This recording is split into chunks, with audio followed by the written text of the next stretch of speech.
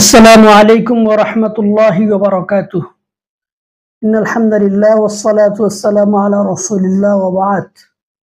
সম্মানিত দর্শক শ্রোতা মণ্ডলী, প্রচলিত ভুলের ধারাবাহিক আলোচনায় আমরা আজকে গুরুত্বপূর্ণ একটি বিষয় নিয়ে আলোচনা করব। আজকের বিষয় হচ্ছে ধর্মের ভাই বা ধর্মের বাপ বলে প্রচলিত আমাদের সমাজে যে রীতি আছে সেই বিষয়ে ইসলাম কি বলে। দেখুন, ইসলামের বক্তব্য হচ্ছে আল্লাহ সুবহানাহু ওয়া তাআলা বলেছেন, ইন্নামাল মুমিনুনা ইখওয়া, প্রত্যেক মুসলমান হচ্ছে ভাই। হাদিসের মধ্যে আসছে আল্লাহ রাসূল বলেছেন, আল মুসলিম আখুল মুসলিম, এক মুসলমান আরেক মুসলমানের ভাই। তো স্বাভাবিকভাবেই বিশ্বের সকল মুসলমান আমরা একে অপরের ভাই। হাদিসের মধ্যে এটাকে আরো গুরুত্ব দিয়ে বলা হয়েছে যে আল মুসলিমু কা জাসাদিন ওয়াহিদ, ইনিশতাকা আইনুহু ইনিশতাকা কুল্লু, ইনিশতাকা রাসুহু ইনিশতাকা কুল্লু, যে পুরা বিশ্বের মুসলমান হচ্ছে একটি দেহের ন্যায়। তার শরীরের কোথাও যদি ক্ষত হয়, আঘাত হয়, পুরো শরীর যেরকম ব্যথা পায়, ঠিক বিশ্বের যে কোনো মুসলমান যদি কোথাও ক্ষতিগ্রস্ত হয়, আঘাতপ্রাপ্ত হয়, তখন ওই মুসলমানের আঘাতে বিশ্বের সকল মুসলমানরাই ক্ষতিগ্রস্ত বা তাদের এই কষ্টে তারা অনুভব করে। এটাকে পরিত্রাণের চেষ্টা করা উচিত। কিন্তু আমাদের সমাজে আজকাল বহুল প্রচলিত একটি বিষয়, পিতা বয়সী কাউকে বলে যে আপনি আমার পিতা বা ধর্মের পিতা, তার সাথে সে পিতার মতই আচরণ করে।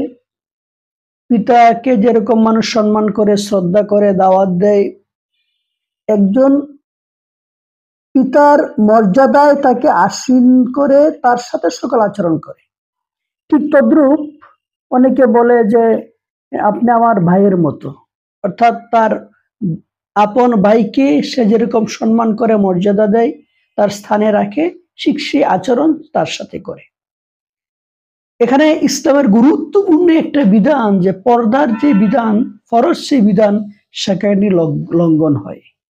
হাদিসের মধ্যে বা কোরআনের মধ্যে স্পষ্টভাবে একজন মহিলা তার মুহররম কারা, কাদের সাথে সে দেখা করতে পারবে, কাদের সাথে দেখা করতে পারবে না, এটা সরাসরি কোরআনের আয়াত দ্বারা স্পষ্ট। সেখানে ইচ্ছা করলেই এই 14 জনের বাইরে কোনো পুরুষ কোনো নারীর সাথে না দেখা করতে পারবে, না কোনো নারী কোনো পুরুষের সাথে দেখা করতে পারবে।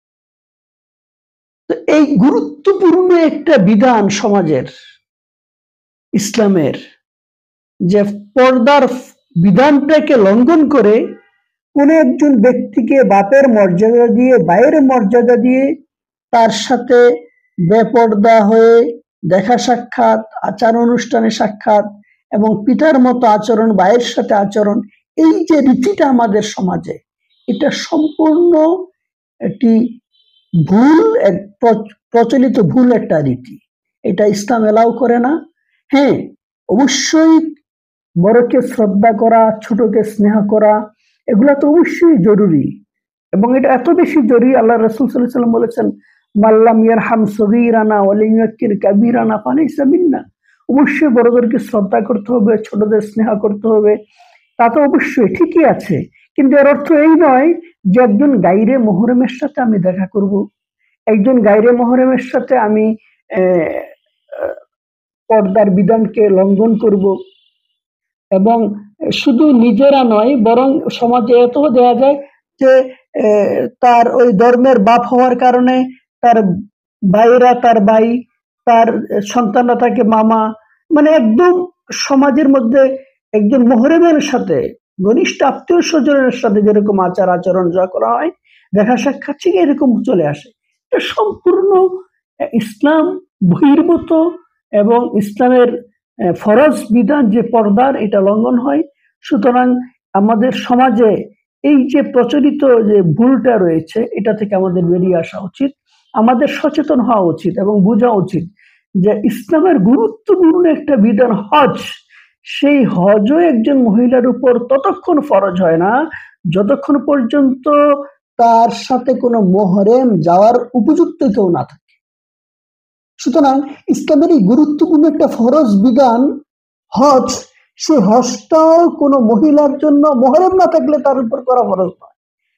অথচ আমাদের সমাজে দেখা যায় যে ধর্মের পিতা ধর্মের ভাই বলেই যে প্রচলিত বিষয়টা আছে সেটা অত্যন্ত গর্হিত এবং ইসলামের রীতিনীতি বহির্ভূত। সর্বোপরি ইসলামের গুরুত্বপূর্ণ বিধান ফরজ বিধান পর্দার লঙ্ঘন হয়। সুতরাং এ থেকে আমাদের সকলের বিরত থাকা উচিত। আল্লাহ আমাদেরকে হেফাজত করুক। ওমা তৌফিক ইল্লা বিল্লাহ।